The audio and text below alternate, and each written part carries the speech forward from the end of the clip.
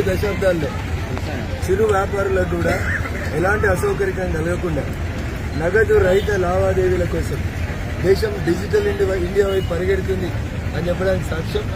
ఈరోజు మార్కెట్లో అల్లం వెల్లిపాయ అమ్ముకునేటువంటి చిన్న వ్యాపారస్తులు కూడా పేటీఎంలను వాడుతూ నగదు రహిత సమాజ నిర్మాణం కోసం నరేంద్ర మోడీ గారి ఆశయ సాధన వైపు అడుగులేస్తున్నారు. నేను రైతన్నల్ని అభినందిస్తా ఉన్నాను.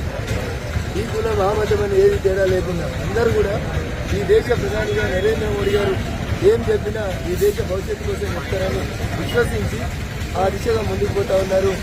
అదే నరేంద్రుడి బ్రాండ్, నరేంద్రుడి ప్రపంచానికి ఇచ్చినటువంటి భారతీయుల గుర్తింపు.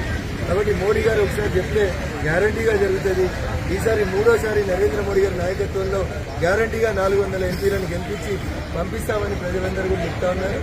ఈరోజు బటాంచర్ వ్యవసాయ మార్కెట్ పరిధిలోపల ఉన్న చిన్న సన్నకారు రైతులు కలిసిన సందర్భంగా వారు చెప్పిన మాట తప్పకుండా బిడ్డ ఈ దాప మోడీ గారిని 3వ గెలిపిస్తామనేటువంటి మాట చెప్పినందుకు వారందరికీ కూడా నేను ప్రత్యేకంగా కృతజ్ఞతలు తెలియజేస్తాను.